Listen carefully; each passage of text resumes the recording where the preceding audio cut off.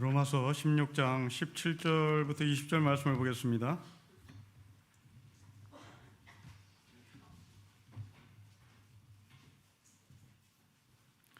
(16장 17절부터 20절입니다) 한 절씩 기도하겠습니다. 형제들아, 내가 너희를 권하노니 너희가 배운 교훈을 거슬러 분쟁을 일으키거나 거치게 하는 자들을 살피고 그들에게서 떠나라.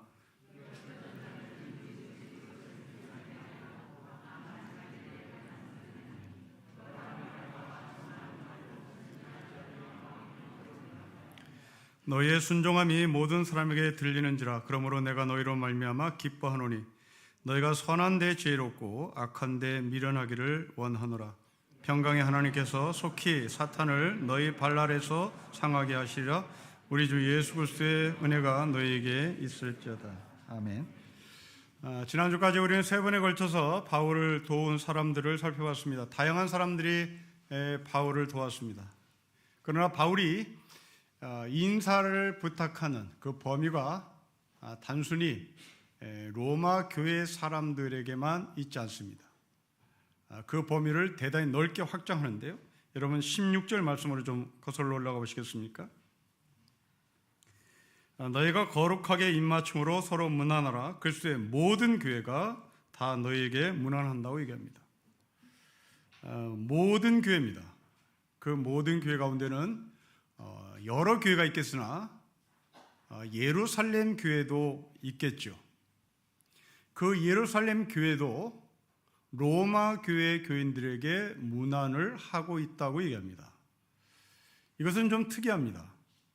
여러분, 예루살렘 교회가 기독교의 첫 출발의 교회입니다. 로마 교회는 후발주자입니다.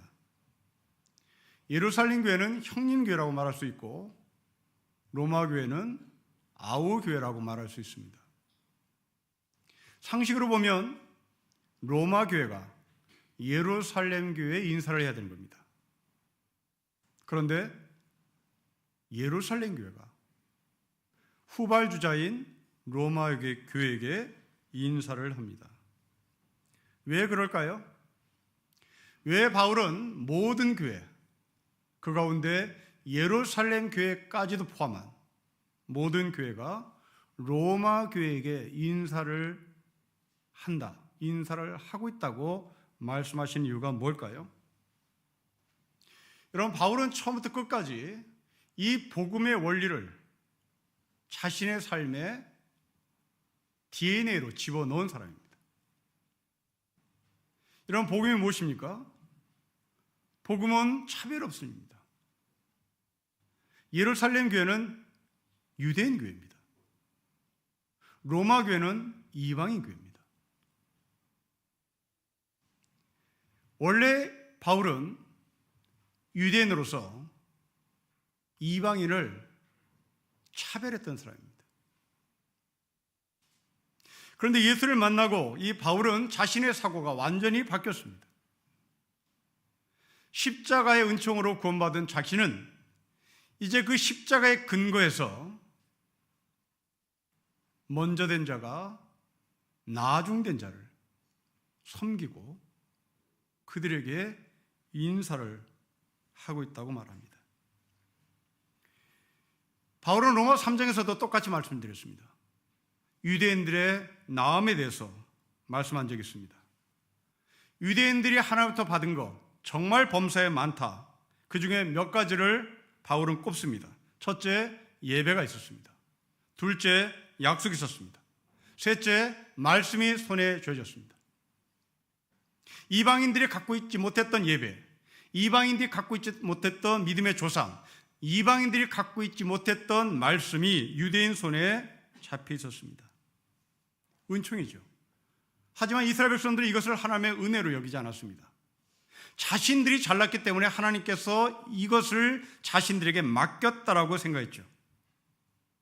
그런데 이 복음이 이방인에게 흘러가자 하나님은 왜 이방인들에게 이 은혜를 줬는지에 대해서 이해를 못했고 심지어 불평까지 했습니다.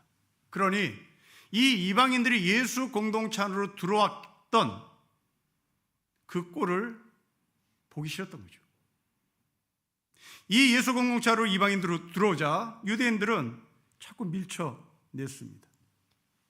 그 대표적인 예수님의 비유가 탕자의 비유입니다.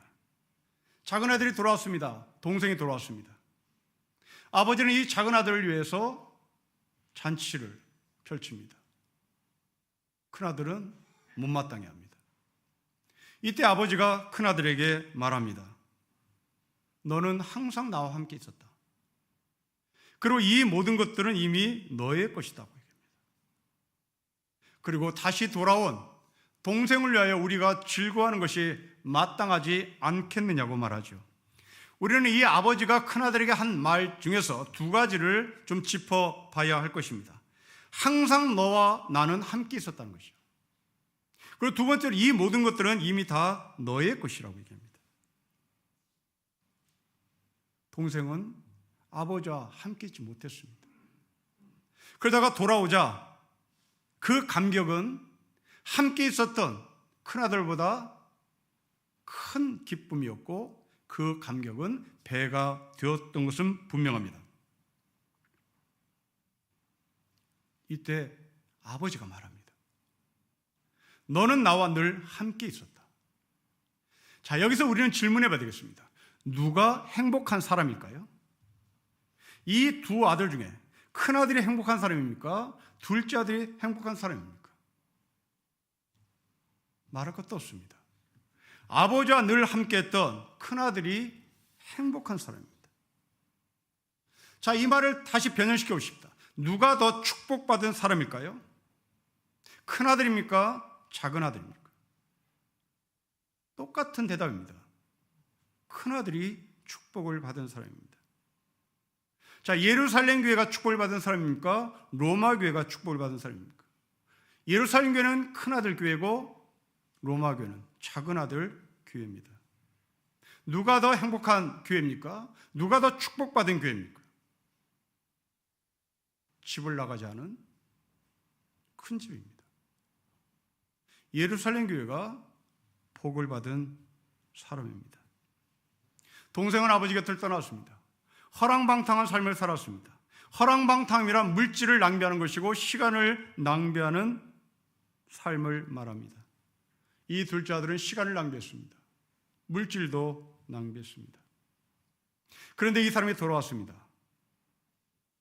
아버지는 이 아들을 위해서 잔치를 베풉니다. 구원의 감격은 굉장히 강했을 것입니다.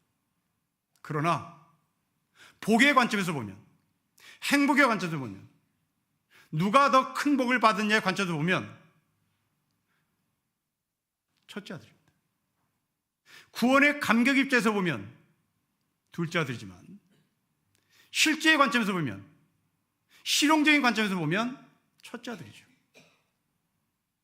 여러분, 진정한 축복과 은혜는 보상에 있지 않습니다. 진정한 축복과 은혜는 하나님과 내가 얼마나 많은 시간을 함께 했느냐는 겁니다. 여러분, 우리는 구원의 감격이 있느냐는 질문을 자주 합니다. 저는 구원의 감격이 중간에 예수를 믿은 사람보다 훨씬 떨어집니다. 그래서 그들이 어떤 때는 부럽기만 합니다. 하지만 실용의 관점에서 보십시다. 누가 하나님과 함께했냐의 관점으로 보십시다. 둘째 아들은 자기 아버지와 함께한 시간, 첫째 아들 자기 아버지와 함께한 시간, 실용의 관점에서 보면 큰아들이 아버지와 함께한 시간이 더 많았고, 그러기에 아버지의 모든 것은 다 큰아들의 것이고 결론은 큰아들이 더 큰 복을 받은 사람입니다. 모태신자 여러분, 여러분 가운데 구원의 감격이 중간에 예수를 믿은 사람보다 덜할 것입니다. 아니, 구원의 감격이 뭔지도 모른 채 목사가 되거나 장로가 된 경우도 있습니다. 그 구원의 감격에 들떠있는 사람을 보고 왜 하나님은 나에게 이런 걸 주지 않았는가? 왜 하나님은 나에게 이런 감격을 주지 않습니까? 라고 질문할 수도 있습니다. 그때 하나님이 여러분에게 말할 겁니다. 너는 모태 때부터 나와 함께 있지 않았느냐? 너는 모태 때부터 나와 함께 있었고 이 모든 것들이 이미 다 너의 것이다.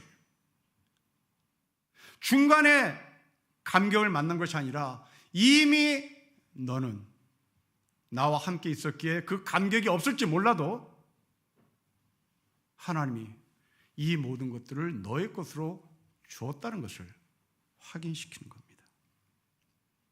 사랑하는 성도 여러분, 여러분들은 이미 축복을 받은 사람입니다. 구원의 감격이 중요한 것이 아니라 축복을 받은 것이 더 중요한 거 아닐까요? 구원의 감격은 길어봐야 한 달입니다. 뭐 길어봐야 1년이에요. 구원의 감격을 30년 우려먹는 사람은 없습니다. 그러나 하나님과 함께함이란 그렇게 감격적인, 감동적인 짜릿함은 없으나 하나님과 함께한 시간이 길면 길수록 우리는 복된 사람인 것을 확인하는 것이고 그 복된 삶을 지금도 누리고 있는 겁니다. 하나님과 함께하는 삶, 지금 영원의 시간을 우리는 주님과 함께 보내고 있는 겁니다. 비록 평생을 허랑방탕한 삶을 살다가 숨 넘어가기 직전에 예수를 믿고 나 구원받았네, 나 천국 갈 확신을 얻었네, 나는 그런 약속을 얻었네 라고 하는 것, 그것보다 더 큰 복은 여전히 교회 와서 예배를 드리는 여러분들이 더 복되다는 말입니다. 때문에 우리는 탕자를 맞이할 수 있는 넉넉함이 있어야 되는 것입니다. 지금 이 예루살렘 교회는 그런 넉넉함을 가지고 로마 교회, 이방인 교회 사람들에게 문안을 하는 복음의 삶을 살았습니다. 자, 이제 여러분들은 다시 누구에게 문안 인사를 할 수 있는지 우리가 16절을 읽으면서 로마 교회 사람들의 심정, 그리고 이 로마 교회에 인사를 하는 예루살렘 교회 사람들의 심정을 우리가 다시 한번 느껴봤으면 좋겠습니다. 여러분 16절을 같이 읽겠습니다. 시작. 너희가 거룩하게 입맞춤으로 서로 문안하라. 그리스도의 모든 교회가 다 너에게 문안합니다. 복받은 여러분들이 로마 교회에게 인사를 할 수 있는 그 복음의 삶이 있기를 바랍니다. 이어서 17절과 18절을 보겠습니다. 우리 같이 읽겠습니다. 시작. 형제들아, 내가 너희를 권하노니 너희가 배운 교훈을 거슬러 분쟁을 일으키거나 거치게 하는 자들을 살피고 그들에게서 떠나라. 이 같은 자들은 우리 주 그리스도를 섬기지 아니하고 다만 자기들의 배만 섬기나니 교활한 말과 압천한 말로 순진한 자들의 마음을 미혹합니다. 여러분, 교회 안에는 선한 사람만 있지 않습니다. 교회를 힘들게 하는 사람이 있습니다. 어떤 식으로 교회를 힘들게 하는지 17절과 18절을 다시 분석해 보십시다. 첫째, 분쟁을 일으킵니다. 둘째, 걸려 넘어지도록 올무를 놓습니다. 셋째, 미혹하는 사람들이 있습니다. 바울은 이 사람들을 경계하고 이 사람들을 떠나라라고 말합니다. 자, 우리는 신령교회 안에 이런 사람들이 누구인지를 확인해 봐야겠습니다. 첫째, 분쟁을 일으키는 사람입니다. 바울이 분쟁을 일으키는 사람을 진단하는데 분쟁을 일으키는 이유를 말합니다. 여러분 17절 말씀 보십시오. 배운 교훈을 거스릅니다. 배웠습니다. 모르는 게 아닙니다. 배웠습니다. 복음을 배웠습니다. 예수를 배웠습니다. 그런데 삶으로 받아들이지를 않습니다. 여러분, 복음이 무엇입니까? 복음은 차별 없음입니다. 그 차별 없음을 배웠음에도 불구하고 분쟁하는 사람들은 그 차별을 여전히 교회 안에서 하고 있습니다. 자기 생각, 자기 전통, 자기 종교, 자기 습관을 버리지 않으니 결국 차별할 수밖에 없는 거죠. 여러분, 복음은 내가 가졌던 선입견을 포기하는 겁니다. 유대인들이 이방인을 바라봤던 선입견을 포기하는 거예요. 여러분, 신앙은 포기로 시작하죠. 포기로 시작하며 떠나면서 복음은, 신앙은 시작됩니다. 여러분, 갈대아 우르를 떠난 아브라함, 신앙의 출발입니다. 애굽을 떠난 히브리 종들, 신앙의 출발입니다. 로마 제국이 제시하는 제국 논리, 거기에 길들여졌던 로마교회 교인들, 그들은 로마 제국의 제국 논리를 포기하며 하나님 나라를 향해서 출발을 한 것이 바로 신앙입니다. 여러분들이 무엇을 버리고 출발했는지가 바로 신앙의 출발점이란 말입니다. 그리고 이 떠난 사람은 이제 표대가 가나안을 향해서 가는 것으로 자신의 삶을 정리합니다. 하나님 나라를 표대로 삼고 하나님 나라를 소망하며 이 출발 지점에서 한 발짝 한 발짝 걸어가기 시작하는 거죠. 옛 습관을 버리고 새 하늘과 새 땅을 바라보며 우리의 삶을 시작합니다. 말씀이라는 거울을 통하여 나를 날마다 확인하는 겁니다. 나만 가는 것이 아니라 나와 함께 그 신앙에 출발한 동역자들이 동역하며 그 길을 걸어갑니다. 때로는 격려하며, 때로는 핀잔하며, 때로는 타박하며, 때로는 위로하며 이 진리의 길을 꾸준히 걷기로 결심하고 동역하는 사람들, 바로 그들이 신앙의 동역자들입니다. 믿음의 선배들은 모두 이 길을 걸었습니다. 한국 교회사에서 잘 알려지지 않은 간이교 목사님 한 분을 소개해드리고 싶습니다. 성함은 손정도 목사입니다. 우리나라 해군 참모총장을 지낸 손원일 제독이 이분의 아들입니다. 이 손정도 목사는 평남 강서에서 출생합니다. 한학을 공부합니다. 과거 시험을 보러 한양으로 올라가던 중에 복음을 듣습니다. 복음을 들었던 이 손정도는 그 길로 상투를 자릅니다. 그리고 한양으로 가던 길을 되돌아 집으로 돌아옵니다. 집으로 돌아오자마자 조상 대대로 섬겼던 사당을 부셔버립니다. 이 일로 문중에서 추방당합니다. 고향을 떠난 이 손정도는 평양에서 숭실학교에 입학을 합니다. 1907년 대부흥운동에 참석하고 완전히 회심하고 각성한 이 손정도는 복음 전도자의 길을 걷습니다. 말년에 이 손정도는 중국 길림성에서 목회를 하던 중에 한 가족을 만납니다. 그 가족은 김일성의 가족입니다. 김일성의 아버지 김영직이 세상을 떠나자 살 길이 막막한 김일성은 어머니와 함께 보따리를 싸가지고 길림으로 들어옵니다. 손정도 목사가 목회하는 교회의 교인이 됩니다. 손정도는 이 김일성의 가족을 친자식처럼 돌봐줍니다. 훗날 김일성은 자신의 회고록에 이런 글을 남깁니다. 손정도 목사는 생명의 은인이다. 손정도 목사는 남과 북이 모두 다 공히 존경하는 인물입니다.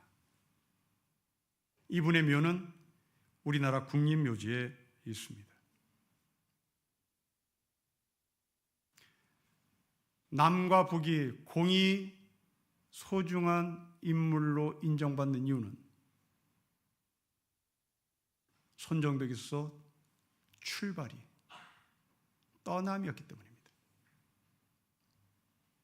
상투를 자르고 사당을 부시고 집에서 쫓겨난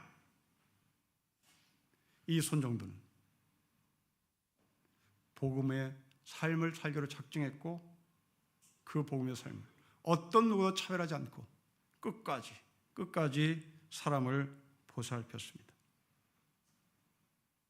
16장에 나오는 사람들은 다 그렇게 떠나는 사람들이었습니다. 그러나 17절의 사람들은 떠남이 없었습니다. 자신의 생각, 자신의 습관, 자신의 종교, 자신의 전통을 버릴 수가 없었습니다. 상투를 자기는커녕 사당을 부수기는커녕 더 견고하게 자신의 생각, 자신의 전통을 붙잡고 편가르기에 들어간 것입니다. 여러분, 이런 사람들은 자신을 돌아볼 수 있는 거울이 없었습니다. 그러기에 결국 주변에 동역자는 있을 수 없게 된 것이죠. 여러분들은 20년, 30년 동안 복음을 배웠습니다. 답안지에 복음이 뭡니까? 라고 질문하면 차별 없음이라고 쓸 것입니다. 그러면 처음부터 지금까지 여러분들은 차별 없음에 대한 삶을 살고 계십니까? 아들 장가갈 때 며느리 될 사람을 어떤 사람인지 여러분의 잣대로 판단하고 좋다 나쁘다라고 결정 짓겠습니까? 사야 될 남자애가 여러분의 기준에 맞지 않으면 내 눈에 흙이 들어와도 절대 안 된다라고 말하신다면, 그것이 목사고 그것이 장로라면 여러분들은 분쟁을 일삼는 사람입니다. 차별 없음. 이것은 굉장히 어려운 문제입니다. 말은 쉬우나 우리의 삶에 실천하기는 보통 어려운 일이 아닙니다. 그러나 이 일을 하게 하신 분은 바로 십자가에 죽으신 예수 그리스도이십니다. 그 예수 그리스도가 여러분의 삶에 새겨졌을 때 우리는 할 수 없는 이 차별 없음을 실천해 나갈 수 있을 것입니다. 둘째입니다. 올무를 놓는 사람이죠. 덫을 놓는 사람입니다. 여러분, 덫을 놓는다는 것은 누군가를 잡기 위하여 열심을 부린다는 얘기죠. 열심입니다. 이 덫을 놓는다는 것은 미련한 사람이 아닙니다. 똑똑한 사람이고 열심을 부린 사람입니다. 가룟 유다는 예수님을 붙잡기 위하여 덫을 놓았습니다. 유다가 놓은 덫은 바로 내가 예수에게 입을 맞출 테니까 그것을 신호로 예수를 잡으라고 서로 짰습니다. 군인들은 이 신호를 보고 예수님을 잡았습니다. 여러분, 덫을 놓으려면 열심히 있어야 됩니다. 그렇습니다. 우리는 신앙에 대한 열심에 대한 얘기를 많이 합니다. 그러나 그 열심이 옳은 열심인지 그릇된 열심인지를 구분할 수 있어야 할 것입니다. 왜 이렇게 열심 부립니까? 그 이유는 교만 때문에 그런 거죠. 덫을 놓는 이유, 교만한 사람입니다. 초대교회 한 수도사가 교만에 대해서 이런 글을 남깁니다. 교만이란 하나님을 부인하는 것이고 악마의 발명품이며 인간에 대한 경멸이다. 비난의 어머니다. 하나님의 도우심에서 도망치는 것이고 광기의 선구자이며 몰락의 창조자이다. 마귀에 가는 원인이고 분노의 원천이고 위선으로 가는 통로이다. 교만은 하나님의 원수요 하나님의 하나님 되심을 모독하는 뿌리이다. 우리 주변에 믿음이 좋다고 자부하는 사람들 보십시오. 그들의 공통점은 열심입니다. 그런데 그 열심이 남을 정죄하는 열심으로 사람들을 평가하는 모습을 우리 주변에 종종 보죠. 특히 새벽기도에 열심히 사람들이 그러지 않을까 싶습니다. 새벽기도에 열심은 정말 열심입니다. 이건 어떤 누구도 인정할 수밖에 없는 열심이죠. 그런데 그 열심이 남을 정죄하는 데 쓴다면 잘못된 열심입니다. 그건 덫을 놓는 거죠. 여러분, 새벽 기도를 할 수 있는 건강과 시간을 주신 것은 축복 중에 축복입니다. 그 축복을 갖지 못한 사람에게서 너 이런 축복을 갖지 못했지라고 정죄할 이유는 없는 겁니다. 이건 나에게 주신 아주 특별한 축복인 거죠. 그리고 새벽을 깨운 일에 하나님께서 여러분을 쓰신다는 것이 얼마나 큰 축복입니까? 그 축복 자체로 인정하는 거죠. 이것을 남과 비교해서 너는 축복을 받지 못했다라고 말하는 것은 잘못된 열심인 겁니다. 진짜 신앙인들은 어떤 누구에게도 판단받지 않습니다. 그리고 어떤 누구도 판단하지 않습니다. 어떤 누구도 정죄의 언어를 사용하지 않습니다. 16장에 나오는 수많은 사람들, 이들은 묵묵히 자신의 일을 해 나갑니다. 그러나 17절의 사람들은 분명히 시끄러운 사람이었을 것입니다. 바울은 이런 사람을 고린도전서 13장에 울리는 꽹과리 같은 사람이라고 말합니다. 이유는 사랑이 없기 때문입니다. 여러분, 젊은이들을 보십시오. 젊은이들은 이렇게 서로 연애를 하면서 교제를 하면서 비싼 돈을 들여 좋은 식당에 찾아가고 비싼 돈을 들여서 선물도 막 합니다. 여러분, 왜 그럴까요? 왜 교제하는 이성 친구들에게 이렇게 비싼 레스토랑에 가서 식사 제공을 하고 선물을 해야 될까요? 그 이유가 뭘까요? 그 사람의 마음을 사기 위해서요? 여러분, 이것을 성경의 언어로 좀 바꿔보십시다. 그 사람의 마음을 사기 위해서라는 말을 성경의 언어로 좀 바꿔보면 한 몸이 되고 싶어서 그런 거잖아요. 한 몸이 아직 안 됐기 때문에 시간을 바치는 것이고, 한 몸이 아직 안 됐기 때문에 물질을 바치는 것이고, 한 몸이 아직 안 됐기 때문에 선물을 해야 되는 거잖아요. 그런데 결혼하면 어떻습니까? 안 해요. 할 이유도 없고 해서도 안 되고, 그 쥐꾸리만한 봉급을 들고 비싼 선물을 할 수도 없는 것이고 해서도 안 되는 것이고, 비싼 식당에 가서 밥을 먹을 이유도 없고 인스타그램에 올릴 이유도 없습니다. 왜요? 한 몸이 됐는데요. 그러면 이 한 몸이 됐다는 것은 이제 내 팽개친단 말일까? 아닙니다. 한 몸이 됐다는 것은 그런 레스토랑에 가지 않아도 우리는 서운함이 없단 말입니다. 선물을 받지 않아도 서운함이 없는 거예요. 왜요? 사랑한다는 걸 알기 때문에. 20년, 30년 부부 생활을 했는데도 생일날 선물이 없어? 서운해? 그건 뭔가 이상한 부부죠. 저는 38년을 살았는데 한 번도 꽃을 사본 적이 없습니다. 선물해 본 적이 없어요. 왜 그럴까요? 아니, 신뢰하면 된 거 아니에요. 서로가 사기치지 않는다는 확신이 있는 거잖아요. 밖에 나서 바람 피지 않는다는 확신이 있는 거잖아요. 이걸 어떻게, 뭘로 갚아야 된다는 얘기입니까? 꽃으로 갚아요? 선물로 갚아요? 사랑보다 꽃이 더 귀합니까? 사랑보다 선물이 귀합니까? 사랑은 신뢰예요. 사랑은 책임이라고요. 사랑은 꽃으로 교환되는 게 아니에요. 그것은 이성 교제할 때만 가능한 거예요. 결혼하기 전이에요. 결혼하기 전에는 사랑을 물질로 교환시킬 수 있어요. 사랑을 꽃으로 교환시킬 수 있어요. 그러나 결혼한 이후에 사랑은 책임입니다. 책임이에요. 돈 한 푼 아껴서 자식 공부시켜야 되는 거예요. 돈 한 푼 아껴서 선물 살 돈, 레스토랑에 갈 돈 아껴서 집을 사야 된다고요. 책임입니다. 헷갈리지 마십시오.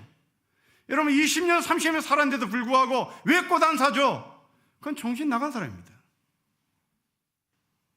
정신 나갔어요. 이 꽃을 왜 사오냐고. 동태 한 마리를 더 사와야지. 왜 이 선물을 사오냐고. 애들 먹을 걸 사와야지. 책임입니다. 여러분, 사랑은 결혼한 후에 살 비비고 사는 게 아니에요. 결혼한 이후의 사랑이란 서로 윙크하며 사는 게 아니라고요. 사내 중내의 살벌한 삶 속에 하나님께서 연합하게 하시고, 그 연합하게 하신 한 몸이 내 자식 책임지고 이 광야 같은 세상 끝까지 실패하지 않고 가겠다고 하는 작심입니다. 이게 예수 그리스도의 사랑이에요. 여러분, 어떻게 예수 그리스도가 우리에게 꽃을 전해줬습니까? 어떻게 예수 그리스도가 선물 사줬어요? 예수 그리스도는 우리를 광야 같은 세상에서 끝까지 책임지고 하늘나라로 안내하기 위하여 끌고 가시는 거예요. 여러분, 예수의 사랑입니다. 자본주의 사랑이 아니라고요. 비아냥되지 말라고요. 사랑이란 단어를 저급하게 사용하지 말라고요. 예수의 사랑을, 십자가의 사랑을, 하나님의 사랑을 자본의 사랑으로 바꾸지 마십시오. 그 저급한 사랑으로 사랑을 했네 안 했네 라는 소리를 헛짓거리 하지 마십시오. 한 몸입니다. 할 이유도 없는 거예요. 성도 여러분, 여러분들의 부부가 신뢰가 되십니까? 뭔가 캥기는 구석에 있으니까 선물 사오겠죠. 뭔가 캥기는 구석에 있으니까 꽃다발 사오겠죠. 부부는 신뢰로 사는 겁니다. 부부는 책임으로 사는 겁니다.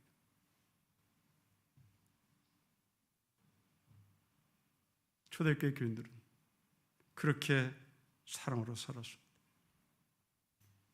그러나 그 가운데 우리를 미혹하는 사람들, 우리를 편갈리게 하는 사람들, 그들은 말합니다. 왜 하나님이 우리에게 꽃을 주지 않냐고. 우리를 사랑한다면서 왜 하나님은 우리에게 선물 주지 않느냐고. 성도 여러분, 하나님을 신뢰하십니까? 뭘로 신뢰를 증명하시렵니까? 하나님이 여러분들에게 꽃다발 주지 않아서 삐졌습니까? 하나님이 여러분들에게 선물 주지 않아서 삐졌습니까? 그래서 갈라서자고 말합니까? 얘야, 너는 나와 늘 항상 함께 있지 않았느냐? 둘째 아들처럼 해주랴? 둘째처럼 송아지 잡아주랴?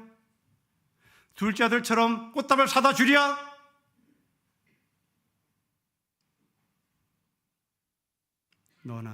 너와 나는 꽃다발이, 선물이 우리 가운데 연결시키는 도구가 될 수 없다. 서로 윙크하면서 살 관계도 아니다. 우리는 늘 함께 있습니다.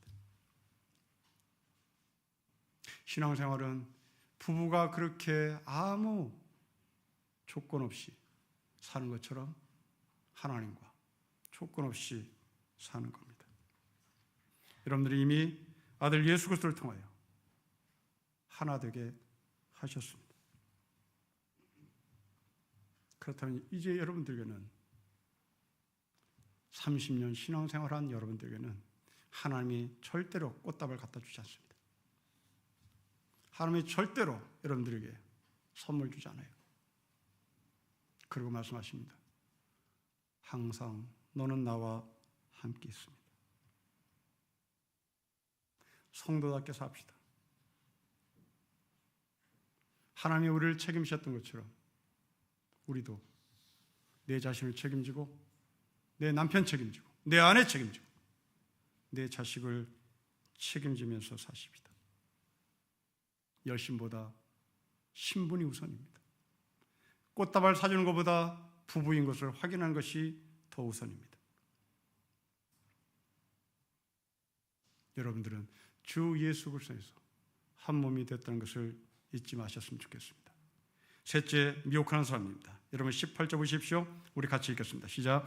이 같은 자들은 우리 주 그리스도를 섬기지 아니하고 다만 자기들의 배만 섬기나니 교활한 말과 아첨하는 말로 순진한 자들의 마음을 미혹합니다. 자기의 배만 섬기는 사람입니다. 욕망에 이끌려 산다는 말이겠죠. 욕망에 끼는 순간 분별력이 사라집니다. 욕망에 사로잡히는 순간 자제심은 작동되지 않습니다. 다른 사람의 처지는 아랑곳하지 않습니다. 무정한 사람이 되는 것이죠. 구약시대에 예레미야 선지자는 하나님의 말씀을 대언합니다. 그들이 내 딸과 내 백성의 상처를 가볍게 피상적으로 고쳐주며 말하기를 평강하다고 말하지만 실제는 평강이 없다라고 말씀합니다. 이 시대에 이런 사람이 누구인지 궁금합니다. 인생을 설교합니다.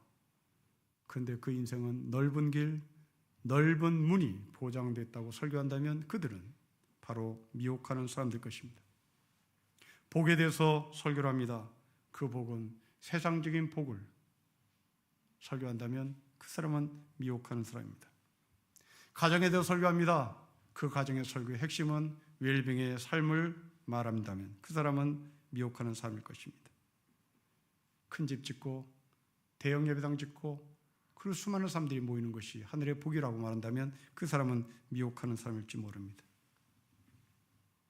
좁은 문입니다. 좁은 길입니다. 십자가라는 나무가 나의 삶 속에 가시로 박혀야 되는 겁니다. 십자가 나에게는 고통이 되는 거죠. 왜요? 우리가 십자가를 전부 살 수 없으니까요. 십자가를 있는 그대로 살 수 없으니까요. 언제 한번 나는 십자가의 삶을 살아볼까? 고통하며 사는 것이 바로 좁은 문을 가는 것이고 좁은 문으로 통과한 것입니다. 저는 지금도 헌금 바구니를 보면 괴롭습니다. 저 헌금 바구니에 돈을 넣지 말고 내 몸 전체가 들어갈 날은 언제일까? 내 몸 전체를 저 헌금 바구니에 넣고 싶은데 그런 결단과 그런 헌신은 언제쯤 있을까? 늘 괴롭지요. 여러분, 십자가는 우리를 괴롭게 만듭니다. 그 괴로움은 자기를 자책하는 괴로움이 아니라 하나님을 닮고 싶은 괴로움입니다. 우리가 좁은 문을 통과하기 위해서 내 몸에 배만 부른 그들을 잘라내야 될 것입니다. 악한 것이든 선한 것이든 그 선한 것이 자랑거리라면 그것도 잘라내야 할 것입니다. 나처럼 별 볼일 없는 존재, 철저히 죄로 뭉쳐있는 우리, 이것들을 잘라내고 하나님의 품 안에 안기는 것이 바로 좁은 문으로 들어가는 것입니다. 장기래 박사가 세상을 떠났을 때 한국 교회와 한국 사회는 작은 예수가 죽었다고 칭송했습니다. 왜 그랬을까요? 왜 이 장기래 박사가 목사도 아닌 이분이 세상을 떠났을 때 작은 예수가 죽었다고 말했을까요? 이분은 헌금 바구니에 돈을 넣은 사람이 아니라 자신의 삶을 넣은 사람이기 때문에 그렇습니다. 그러면 이제 우리는 어떻게 살아야 될지 삶의 방향을 제시받아 보겠습니다. 여러분 19절, 20절이죠? 우리 같이 읽겠습니다. 시작. 너희의 순종함이 모든 사람에게 들리는지라 그러므로 내가 너희로 말미암아 기뻐하노니 너희가 선한 데 지혜롭고 악한 데 미련하기를 원하노라. 평강의 하나님께서 속히 사탄을 너희 발 아래서 상하게 하시라. 우리 주 예수 그리스도의 은혜가 너에게 있을지어다. 경계하고 멀리하는 것만으로 부족합니다. 비판하는 것으로만 새로운 질서가 세워지지 않습니다. 싸우는 동안 거칠어지고 싸우는 동안 우리의 진이 다 빠질 수 있기 때문입니다. 여러분들은 이미 정의란 이름으로 싸울 때 나타난 결과가 이렇게 진이 빠지고 메마랐다는 것을 경험했을 것입니다. 경계와 비판을 넘어 대안을 생각해야 하는 겁니다. 그 대안은 19절, 20절 말씀처럼 순종하는 겁니다. 믿음의 덕을 더하고 덕의 지식을 더하고 지식의 절제를 더하고 절제에 인내를 더하고 인내에 경건을 더하고 경건에 우애를 더하고 우애에 사랑을 더하는 교회가 되는 겁니다. 선한 데는 지혜롭고 악한 데는 순진한 사람이 되셔야 합니다. 예수님께서도 말씀하셨습니다. 내가 너희를 보낼 때 마치 양을 이리 가운데로 보내는 것 같다고 말씀합니다. 뱀처럼 슬기롭고 지혜로운 비둘기처럼 순진하라고 말씀합니다. 하나님의 기뻐하신 일을 감당하는 것, 바로 그것이 하나님께 순종하는 겁니다. 우리가 이렇게 살려고 했을 때 하나님께서 사탄을 밟을 것이라고 약속합니다. 사탄이 밟힘당한 것을 볼 수 있어야겠습니다. 신령교 성도 여러분, 우리가 함께 이 길을 갑시다. 표대를 놓친 지체들에게 정신 차리라고 쓴소리를 마다하는 그런 기회로 가십시다. 어쩌든지 함께 이 길을 갔으니 중간에 낙오되지 아니하고 마침내 하나님 나라에 가는 우리 모든 신령교가 되시기를 주 이름으로 축복합니다. 기도하겠습니다. 아버지 하나님, 신령교 안에 별의별 사람들이 다 있겠으나 그 별의별 사람들 가운데 미혹하고 배만 차오고 분열시키는 사람들 옆에 가는 것이 아니라 순종하는 사람들과 함께 서로 격려하고 때로는 핀잔하고 때로는 위로하며 이 길을 시작했으니 마무리도 믿음으로 마무리할 수 있도록 축복하여 주십시오. 주 예수 그리스도의 이름으로 기도합니다. 아멘.